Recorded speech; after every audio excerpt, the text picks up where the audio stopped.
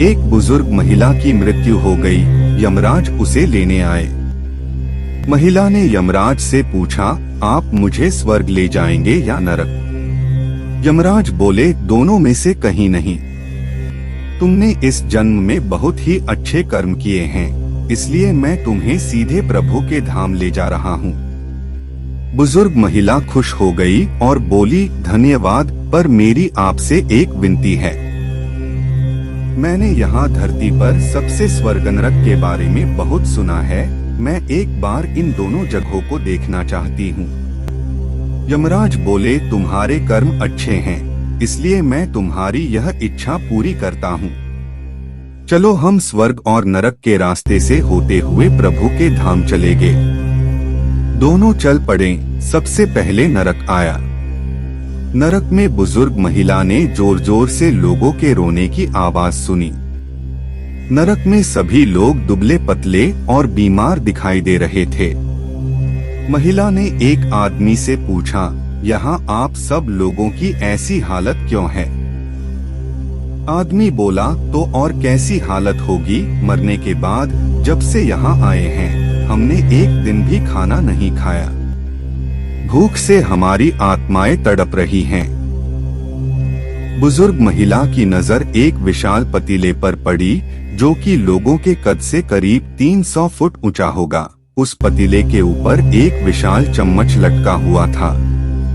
उस पतीले में से बहुत ही शानदार खुशबू आ रही थी। बुजुर्ग महिला ने उस आदमी से पूछा, इस पतीले में क्या है?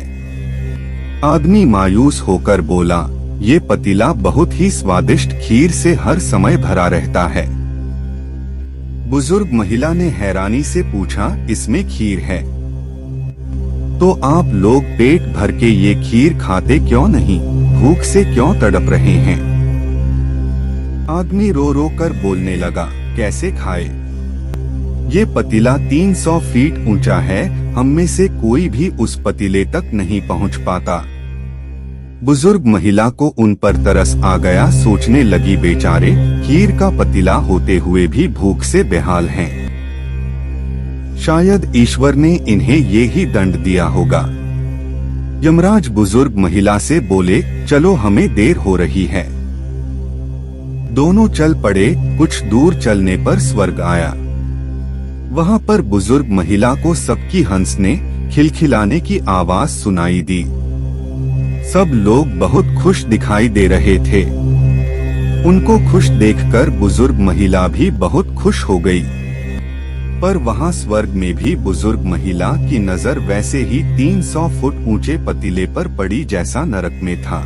उसके ऊपर भी वैसा ही चम्मच लटका हुआ था। बुजुर्ग महिला ने वहाँ लोगों से पूछा, इस पतीले में क्या है?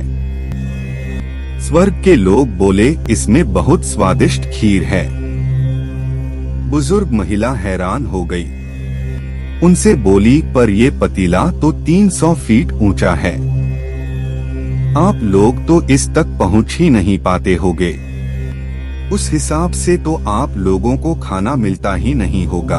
आप लोग भूख से बेहाल होगे। पर मुझे तो आप सभी इतने खुश लग रहे हो, ऐसे कैसे? लोग बोले, हम तो सभी लोग इस पतीले में से पेट भर के खीर खाते हैं। महिला बोली, पर कैसे? पतीला तो बहुत ऊंचा है। लोग बोले, तो क्या हो गया, पतीला ऊंचा है तो? यहाँ पर कितने सारे पेड़ हैं। ईश्वर ने ये पेड़ पौधे, नदी, झरने हम मनुष्यों के उपयोग के लिए तो बनाए हैं। हमने इन पेड़ों की लकड़ी ली, उसको काटा, फिर लकड़ियों के टुकड़ों को जोड़ के विशाल सीढ़ी का निर्माण किया। उस लकड़ी की सीढ़ी के सहारे हम पतीले तक पहुँचते हैं और सब मिलकर खीर का आनंद लेते हैं। बुजुर्ग महिला यमराज की तरफ देखने लगी। यमराज मुस्काए बोले, ईश्वर ने स्वर्ग और नरक मनुष्यों के हाथों में ही सौंप रखा है। चाहे तो अपने लिए नरक बना लें, चाहे तो अपने लिए स्वर्ग। ईश्वर ने सबको एक समान हालातों में डाला है। उसके लिए उसके सभी बच्चे एक समान हैं। वो किसी से भेदभाव नहीं करते। वहाँ नरक में भी पेड़ पौधे सब थे, पर वो लोग खुद ही आलसी हैं। उन्हें खीर हाथ में चाहिए। वो कोई कर्म नहीं करना चाहते, कोई मेहनत नहीं करना चाहता, इसलिए सब भूख से बेहाल हैं। यही तो ईश्वर की बनाई इस दुनिया का नियम है। जो कर्म करेगा, मेहनत करेगा, उसी को मीठा फल खाने को मिलेगा। अर्थात स्वर्ग एवं नरक आपके हाथ में ही हैं। मेहनत करें, अच्छे कर्म करें और अपने जीवन को स्वर्ग बनाएं।